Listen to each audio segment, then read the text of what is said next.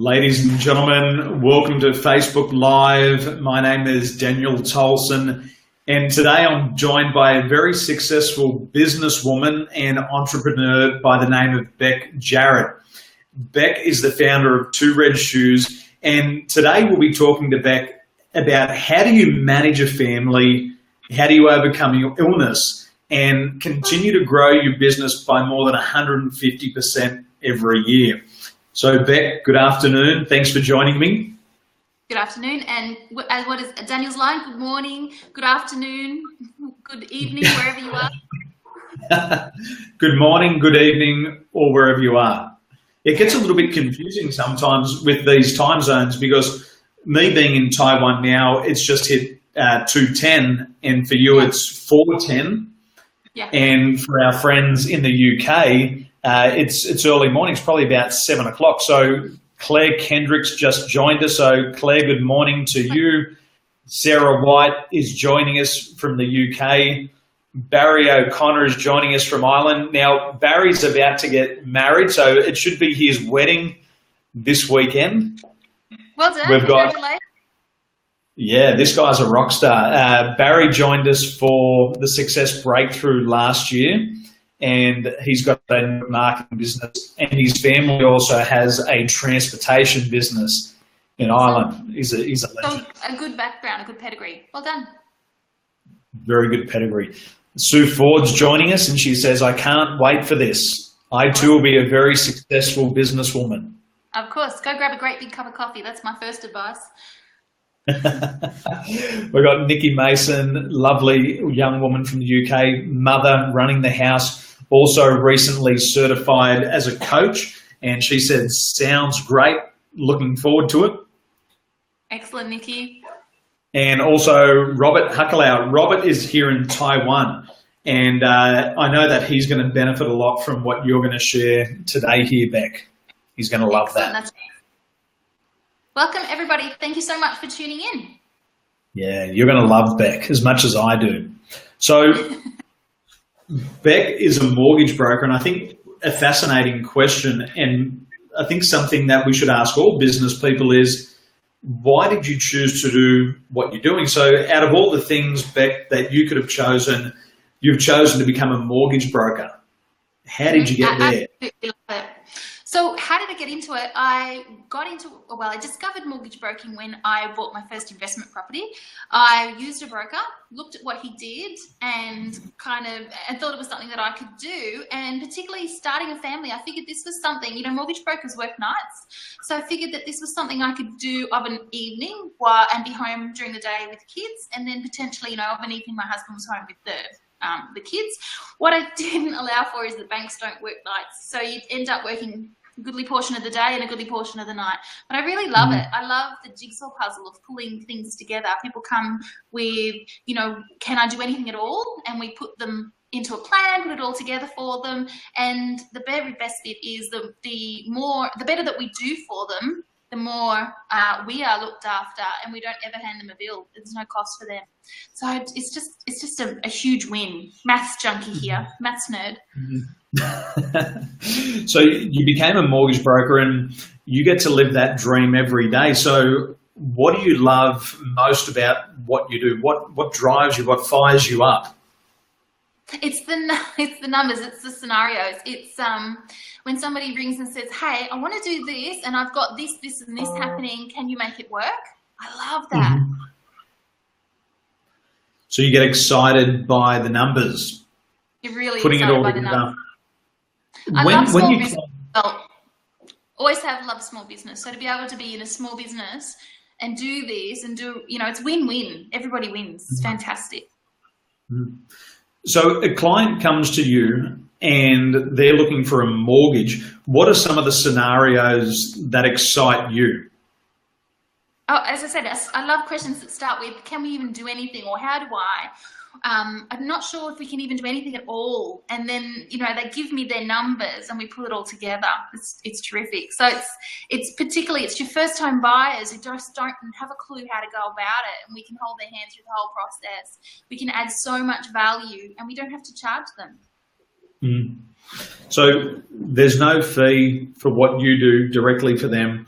You get to look at exactly what they're doing, and I can see it now. It excites you. And Nathan Haynes has just joined us. You remember Nathan from Perform at Your Best? I do. I'm smiling because the numbers get him excited too. Love it. I want to give him a little high five. You guys should do a live together. Talk about real estate and mortgage broking at the same time. Mm-hmm. Yeah, Nathan, what a champion guy.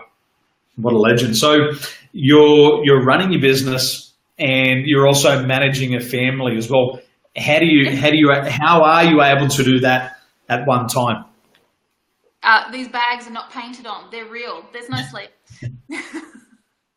Look, it's challenging, and particularly wanting to do everything for everybody. So you want to give everybody top priority, and what happens is I tend to fall down the ladder, and that's something that I have to really work on, and that's something that every person in business has to really work on. I know that's something that, you know, is very close to Nathan's heart as well, is making sure that relationships and family come further up the ladder, shall we say. So how do I manage to keep it all together? You just do as much as you possibly can do. I've learned quite a number of tricks over the years in terms of scheduling. I'm quite good at scheduling some time out to make sure I look after the kids, and then sometime on to, you know, to how do I say, I'm putting that really poorly. So in terms of juggling, I work, I drop the kids off at school, and then I work during school hours, and then I take some time with the kids of an afternoon, and then I work again of an evening. That's a typical kind of day for me. So I don't feel guilty about the fact that I'm picking the kids up from school, because I know I'm going to be working late into the evening, and I know we're all benefiting from it. This is interesting, and I see with the people that I work with, there is this big desire to be working from home, and you mentioned that feeling of guilt there, Beck. You know a lot of other women who aren't in that position. When that guilt kicks in for a business person, what happens to their business, or what happens to their dream of becoming a business owner when that guilt's kicking in? We just get a bit tired, don't you? A bit run down, a bit pulled in two directions, and I don't think you get over that for quite some time. I think it takes quite a bit of time in business to work out that this is what it is, and you start to rationalize. So from the kids' perspective, I can rationalize and say, you know what, you lose me for a couple of hours of the evening, but you get to do all the really lovely things that you want to do. And from the client's perspective, they know that if they need me, they can pick up that phone and I'll answer it. And that extends beyond business hours. Juan Ramirez was joining us from Ohio yesterday, and he made a quote, and he said, you've got to ask yourself the question, was the juice worth the squeeze? So make it worth the squeeze, definitely. Yeah, definitely worth it. So all of us have ups and downs in business, and we've been working together for more than a year now. And through the year, you've had some pretty heavy illness that you've had to break through. This is fascinating. Yeah, it's challenging. What's fascinating is that Kerry Moran's just joined us from the UK, and she's had a little bit of illness recently. How have you managed to become healthy once again and continue running the business? Because there's nobody else running the business when you're not there. Nobody's out making the sales. How did you manage to do that and run the family and run the business? How have you done it? With a little bit of help. So I have got some girls that come in and help me during the day, and the kid's father was helpful as well, which is terrific. But the biggest element is probably the fact that I've actually got the business to a place where I can run it from pretty much anywhere, which is perfect. So I can run it from my laptop. I can limp from my phone, that's for sure. So I guess that's been a big challenge for me, in that there are still gaps. I still need to be able to replace myself to take more time out where I don't have to be running the business from my phone. But really, it's been systemizing, it's been streamlining, it's been bringing everything online and electronic. I use lots of cloud apps very securely, and being able to access everything from my phone, more or less. I can access my hard drive wherever I am in the world. Amazing. This is fascinating. What I'm seeing, we're being joined from a lot of clients in the UK, and they're starting their own at-home businesses. And they're single mums, they've got children, they're running their businesses, and this is the dream. You're living so many of their dreams right now. Lifestyle. You know what I find? Yeah. The hardest thing to give up is my second monitor. I could live a lot more top lifestyle if I could have 2 monitors with me. Well, you can always do what I do. You take the iPad and you connect that as your second screen. I've got to do that. Yeah. I'm a victim of that on the aircraft as well. I'll take up 2 seats. I'll spread out my office. Yeah. With your hoodie. Yeah, with the hood. I take the suit off on the flight. Working from home, you really have to be quite divisive and non-distracted as well. And I find that the number one thing that stops me from getting distracted is the bills. I know I've got to pay them, so I've got to keep my butt in gear. But also things like, I totally justify having a cleaner. I used to feel so torn. I'd walk in the door and I'd feel like, the floor needs cleaning, but I've got work that needs to do. I'd feel really, really torn. Not anymore. Best thing I ever did. Go and get a cleaner. Outsource all those little crappy things that are below your pay scale. Work out what you can generate per hour, and if it's below your pay scale, outsource it. Beck, that's massive. Can you just repeat that one more time? Because I think the importance of there is what you said about if it's under your pay scale, outsource it out. Tell us one more time, because a lot of people think they're actually saving money by doing the cleaning themselves. Numbers junkie here, right? So I've gone right through my business. I know exactly what it costs me per hour to run the business in terms of, my overheads, staff costs, even down to, coffee and tea. I know exactly what it costs me to run a deal in terms of how many hours an average deal takes, and therefore knowing what my hourly cost is, I can work out what my cost is per deal. And I also know exactly how much I can generate. So if I take my average revenues and then divide them back by the number of hours that I want to work, not the number of hours that I actually work, but anyway, we'll get there. Then I can work out what I can generate, and I can generate far more than I'm paying somebody to do some of those other tasks for me. Now think about it this way: if I'm really good at what I do, then I do it better than somebody who's trying to fumble through my job, right? So if I'm able to do it in an hour, somebody else might take 2 or 3 hours. It's the same. It's the same in all these other industries. There's a reason that we have these professionals. So, I mean, I can color my own hair, right? But it's going to take me ages, and I'm going to do a crappy job. The cleaner, she can whiz through. My house takes maybe an hour and a half to clean for her. For me, it takes like 6 months. That's a lot of business deals that you miss out on. Exactly. So how much money am I losing if I spend hours and hours cleaning my house when I can pay someone who's specialized in streamlines and know exactly what she's doing? Don't imagine that you're ripping someone off. You're paying someone to do a valuable role, and they're winning, you're winning. Just do it. You're not saving money by doing it yourself. But I had a realization years ago was that if I was to take my car and wash it down at the car wash myself, it would take me a good 90 minutes by the time I washed it, and then I had to chamois it, then I had to clean it on the inside. And I like to have a clean car. So I would do this at least once or twice a week. And I thought that I was saving myself money, because if I took it down to the car wash, it was going to cost me $50. But what I soon realized was that I could sell $1,000 or $2,000 worth of products per selling hour. And I was actually losing up to $4,000 worth of sales a week because I was for a clean car. It was ridiculous. So when I got smart, I did what you're talking about here, and I went and paid somebody to wash the car, and I got on the telephone and I started to hustle on the phones. And right, and that's the key. If you don't have the business to support it, then you tend to take these shortcuts and go, I'll do it myself.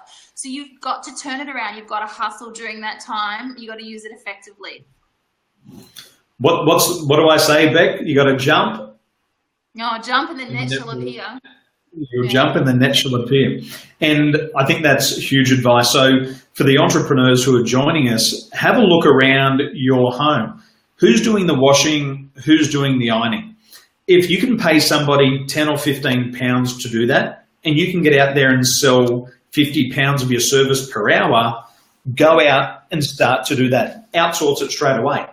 The cleaning, even here in Taiwan, Beck, we don't have a car. Because for me, if I'm driving the car, I don't get to do anything else. It's wasted time. It's an hour into the city, it's an hour back, 2 hours of wasted time. I can get a driver here to drive me in at $50 there and back, and I get to study for 2 hours. Yeah. And is he being ripped off? No, because that's his skill set and that's exactly what he wants to do, and he's worked out his economies. He knows he's making money there. Yep. You know, looking at it differently. Claire Kendrick says, I took mine to the car. The car was yesterday. Got my client to drop me off, then back home, worked, made money, got the client to drop me back off to my car. That's making the most of it. It is. Nikki Mason saying she's got to go, but this has been brilliant so far, so we'll see you after. Nikki, thinking differently in business is essential, and this is what the new rich do. I read the book, The 4-Hour Work Week, and I was obsessed by what Tim Ferriss said. Earn Australian dollars and spend Taiwan dollars. Yeah, there's so many different ways that you can succeed.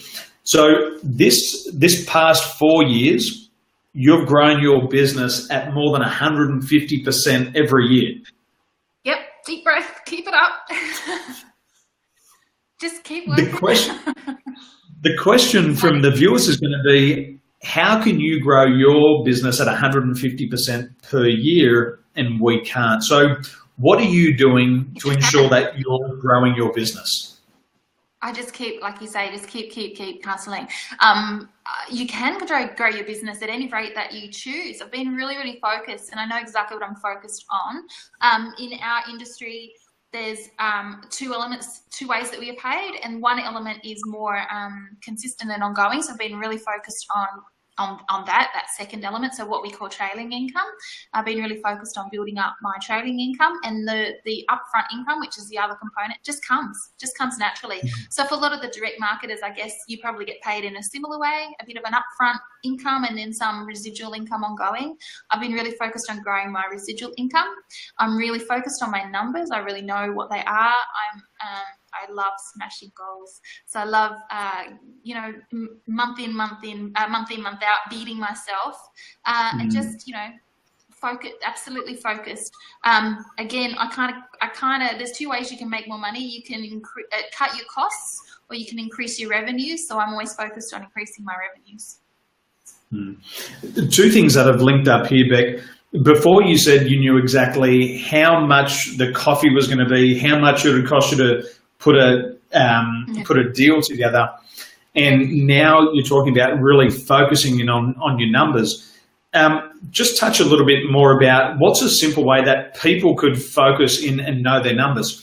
As an example, I was working with a network marketer recently, and the client wanted to make like £200,000 per year, but they wanted to make 10 telephone calls per day. And the numbers didn't stack up, and they were extremely frustrated. So what's your method? Something super simple that they can take away. Work it back, exactly like you say, work it backwards. What does it need to be? And then what do they call? Reverse engineer. How's that? Reverse engineer from your numbers back to how many deals. But honestly, my books are always up to date. I use an online bookkeeping system, so it's done automatically for me. Bank feeds in, that's it. You can export in about 20 seconds a report of where you're at in terms of profit and loss. Divide that back by the number of months in that report, and there you've got an average of your costs and an average of your incomes. It's as simple as that. Work that, whether you want to reverse engineer that from where you want to be, or whether you want to go forwards and work out what that looks like, and if it's horrible, do something about it. In terms of doing things about it, to get where you've got with 150% growth, how much time do you spend in your business, Beck? Too much. And particularly in the early stages, I've spent an awful lot of time in the business. Not as much time on the business as I should do, and certainly not as much time on leisure as I should do. So we are reaching a stage now where we're getting some maturity and we can start to make some changes. I've been doing this for 16 years, self-employed for 16 years, but a new business structure for just coming up on 5. So that, you know, it takes that growth, shall we say, it takes those the baby steps to get you growing again. So self-employed for 16 years. Mm-hmm. What's the secret? What's the secret of you keeping your motivation and doing it? Because a lot of people, Beck, we know the numbers is that most businesses fail in the first 2 years. Yeah. So what's the secret sauce? I like fancy cars. Driving fast. That's probably about the secret. You know what? I have a tansy moment at least once a month where I say, that's it. I'm just chucking it all in and I'm going to go and get a job. And then I get offered a job and I go, I'm not going to drive to the city for that every year. So it's less about being motivated towards than motivated away from. I don't take instruction very well. So I get into any place I'm in and I want to, you know, change it all around and make it suit me. So I guess self-employed just fits. I'm also quite prepared. I mean, I take the risks, so and I'm prepared to do that. The buck stops with me. That's a big thing. You have to be prepared to man up, take the good with the bad. Yeah, being willing to take the risks. If people aren't prepared, being willing to take responsibility for it too. Yeah, is the risk easier for you to take than that thought of going in and working for somebody every day? Is the risk worth it? Is the juice worth the squeeze? At the moment, the juice is worth the squeeze, yeah. It's definitely worth not having an hour's travel to and from. It's definitely worth not having to put my kids into daycare. And to be able to have a bit of flexibility in my lifestyle. If I want to go to the kids' assemblies, for example, I can do that. If I want to, go and have a coffee with the girlfriend at lunchtime, I can do that. I'm not asking permission from anybody. And I know I'll make up the hours. It's interesting how different people look at risk. I was having a conversation with an entrepreneur recently, and he said the biggest risk for him would be for his creativity to be trapped, to be enclosed by a set of rules, conditioned to a box and a system thinking. And he said for him, that was his biggest risk, was for his creativity to be taken away. It had nothing to do with risking his finance or anything else. He said it came down to his life being taken away. I probably have exactly the same thought, but I haven't articulated it like that. I haven't put it in that box, but I think that's really true. Mm-hmm. Robert Huckler from Taiwan in Taipei says, #is the juice worth the squeeze? Love it. We're going to set that on fire. Yeah, that's thanks to Juan in Columbus, Ohio. Carrie Ann says, I'm loving all these extra new ideas to get more time in my day, so I have more time to get new clients. Absolutely. I've already gained an increase in income this week just from getting up earlier the last few weeks. I don't do that. I don't get up earlier. No way. It's non-negotiable, but I stay up late. 2 and 3 in the morning. But Brian. clients are awake at night. My clients don't want to see me at 7 o'clock in the morning. That's my excuse. Brian Tracy says that 2 things that have resonated with me, that stick with me, is that for my business, and maybe for yours, we spend 80% of the time looking for clients and 20% of the time delivering our product and service. The other thing and if I flip that around, imagine what I could be doing. The growth would be incredible. I in my business, for people who are interested in this, is that my business is structured so that Monday and Tuesdays, as much as I can achieve it, is structured just for coaching. So that's my 20% of the delivery. And then 80% of my time, Wednesday, Thursday, Friday, is all about generating leads and finding new customers. Yeah. The other thing that Brian Tracy says, which is fascinating, and I'm learning more about it, is getting up early, getting to work early, and just doing an extra hour's work more than everybody else. And in my business, I'm at home, I put on my suit because it tells me that it's time to start work. I don't lose any time traveling to and from work other than the time it takes for me to walk from my bedroom to my office. Yep, 10 steps. And the productivity that I have at home is massive because there's none of this open door. Nobody distracts me during the day unless Nikita comes home, and that's purely fine. But there's no distraction. So I'm producing the results that maybe 10 or 12 coaches would do in a year. I'm doing that stuff in a month because of this extra time, outsourcing the cleaning. We very rarely shop. We have everything delivered. I'm getting a new office chair tomorrow. It's getting delivered here. We had new furnitures and cooling systems today, all delivered to the home. So we're saving our time so that we can reinvest it in the business and then go on more holidays later on. It's so simple, right? I mean, a grocery delivery costs you $11. But if you went and did the groceries, it's an hour to an hour and a half of your own time. I'm worth $11. Yeah, $11. $11 through the grocery delivery. It's a no-brainer. You'd probably use that in just burning rubber up your street. With the roof off. With the roof off. So Nathan Haynes says, you go back. I was inspired by your attitude when I met you a few months ago and even more today. I love it. Thank you. That's so kind. And Cindy Rowland from the UK, Cindy says, it's great working from home. Cindy and I just jumped off a call, and she has a small plot of land and she's about to start growing sweet potatoes. And she lives in the countryside. She loves it. Good on her. And then we've got Sue Ford. Sue was previously a firefighter. Loving this. Thank you so much, Beck. You have given me an extra push of enthusiasm. I love numbers, but I sometimes struggle with them. Got a new lease of life to work them properly again. You gotta love numbers. You'll be great. Yeah. Can I tell you something? A firefighter that I know, so this has just struck a chord with regards risk. He said to a girlfriend of mine, God, you guys are so brave because you're out there, self-employed, you're flying by the seat of your pants. He goes, I can't tell you how much I admire you. This guy's got a tattoo on his arm that represents every person he's pulled out of a fire. And he's telling me that I'm brave because I run my own show. That's really stood out to me. And I guess for us, it seems quite normal, right? But for outsiders looking in, it's not the norm. So I guess we do need to congratulate ourselves. There was a Facebook cover that I had on my business page a while ago. And it says, as an entrepreneur, you'll live a life like most won't. So you can live a life like most can't. Yeah. And I'm waiting for that.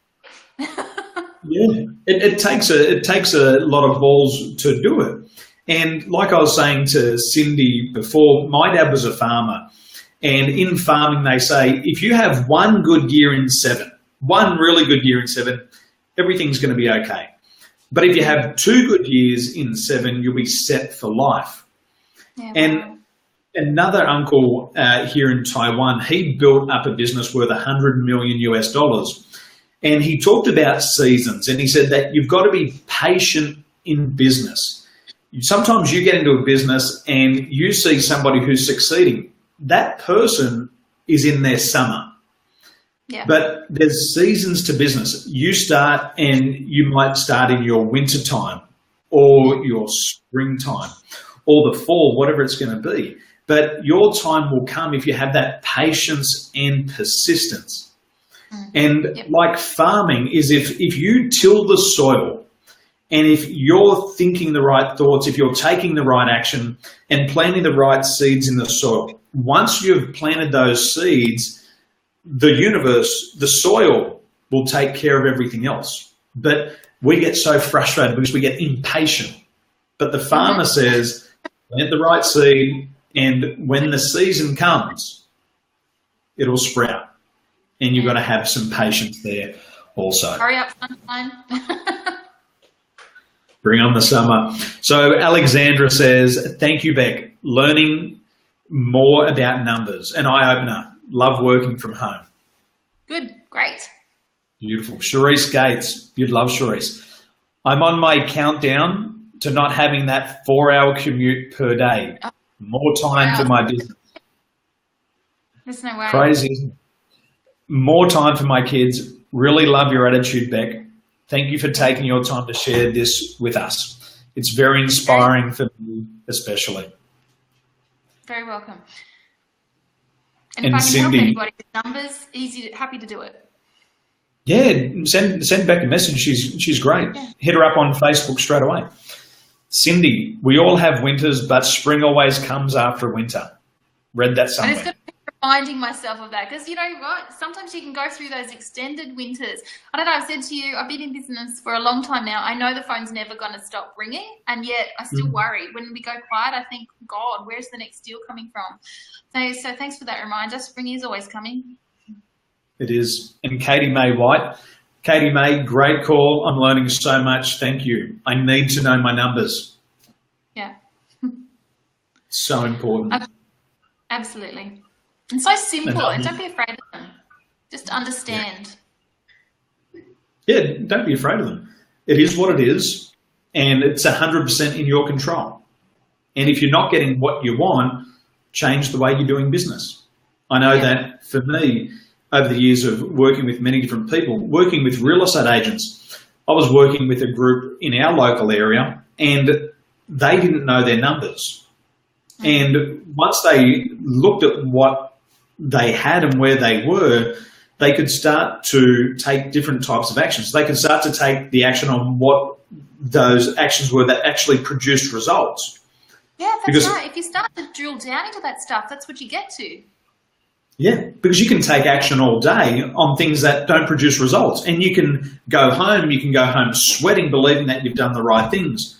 But if you take action on the wrong things, they'll never produce the right results. It's that Pareto principle. You don't know what your numbers are. You don't know whether or not you can you can't make intelligent decisions. You can't know whether you can or can't do that thing that you want to do. Yep. The key performance indicators, the key results indicators are important in every business. It doesn't matter if you're a network marketer, a mortgage broker, a real estate agent, a pawnbroker, or a surfer. You got to know your numbers. Even the surfers know how big the waves are, because it determines the type of board that they're going to take out. Mm-hmm. So numbers are all that sort of stuff, and they're playing with the most unknown game of all, right? They're playing with the most unknown on the most unknown field, and yet they'll bring it down to numbers. They do. So, Beck, in wrapping up, in 16 years of business, what can you share with us as the most important thing that you've learned in the past 16 years? What have you learned more than anything else? Something that I learned from you, you always espouse, jump in the net shall appear, and it took me a long time to learn that, didn't it? Like probably the whole 12 months, first 12 months. But something else that you said that I kind of said to you, how do you know that? Well, because I never stopped taking action. Because we never stop taking action. So the reason the net appears is because you keep going, and that's wisdom from Daniel. I call them little pearls of Daniel, and I've got a little notebook and it says pearls of Daniel. So that's been a big thing, is really to back yourself. Also, don't compare yourself to everybody else. There's loads of angles to look at that. Probably number one is that you typically are seeing everyone else's highlight reel. You're not seeing the struggle behind the scenes. And if you sat down with them, you'd probably learn a lot more. I know I read some of these industry stats, and I'll see broker X is writing 10 million loans per month, or $10 million worth of loans per month, which is really good business. And then they'll be interviewed and they'll say, so how many loans are you writing a month? 10. And what's your average loan size? 200,000. That doesn't equate. So not all is what it seems either. So don't, again, on that angle of comparison, shall we say, and just keep going. I'll reward myself with crazy little things. So again, I'm a numbers junkie. So if I've worked really, really hard during the day, I'll let myself do the 5 minutes of bookkeeping of an evening. I'll justify it this way. In my industry, the job is rarely ever finished. it's not one of those things where you pick it up, work through a process, and then you put it down and it's done. So bookkeeping you can pick it up, finish it, and put it down and it's done. And knowing my numbers, of course, being a numbers junkie, that just lights me up. Yeah. Carrie Ann says, all these numbers are getting me excited. Oh, yay! You'll be able to have a numbers party with Beck. Yeah, I'm glad I'm infecting everybody. You are infectious. The attitude, and what I love about you, Beck, is the resilience, the willing to try something new. And like you said, you've got to have a strong table. You need to have strong foundations. I'm not quite sure that's what I was talking about, but yes, resilience is really key in business, isn't it? It is. It's that hardy personality. It's being able to fall down, get back up. Like the old Japanese proverb, fall down 8 times, get back up. And when I was, you've met my cousin, Kevin, very successful entrepreneur. And from a young age, he was conditioning into me when I was learning to water ski was that you never drop the rope. Because in water skiing is that when you're holding on to the rope, you still have control. But the moment that you let go in water skiing, you have no control. And that's when you get injured. That's when you get hurt. And it's that resilience. It's being able to hold on when you're totally scared. It's still taking action when you're going, I'm jumping and I'm free falling. But Brian Tracy says, the first time you do a sky dive, he said it's the scariest but most exhilarating feeling because you're free falling and it's that rush. But in business, you got to hold on, you got to take action, and you have to see things through the end. And that's the resilient and the hardy personality. Yeah. That's huge. So, it's that or stubbornness. Stubbornness? Yeah, maybe so. Oh, you got to be stubborn, Beck. I think over the years in business, I'm becoming more stubborn, especially with my time, because I know that if it is to be, it's really up to me. And for entrepreneurs, we have to find the business, we have to deliver it, we have to follow it up. And nobody's going to do it for us.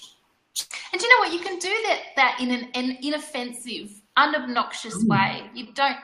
You can hustle without offending anybody. And I think sometimes I talk about being more of a service person than a salesperson. So maybe that's an angle that people can take. I'm servicing you, and then you can really genuinely know you're adding value. I love it. Well, here we go. We'll call this episode The Pearls of Beck. So, ladies and gentlemen, good morning, good evening, wherever you're joining us from today. This is Beck Jarrett. Be sure to check out Beck's website, 2 Red Shoes Mortgage Brokers. Just 2redshoes.com.au. 2redshoes.com.au. And if you've got a question about numbers, be sure to send Beck a message via Facebook. I'm sure she'll be more than happy to help. She's great. Get on there and have a personal chat. Thank you so much. Beck, thanks for joining me today. And yeah, these are rock stars here. So hustling for the rest of the afternoon, Beck? Absolutely. I'm really glad we didn't end up, I've got kids at home today, so I'm glad we didn't end up with our own BBC reporter moment. So I'll now go and deliver on that bribe that I promised them.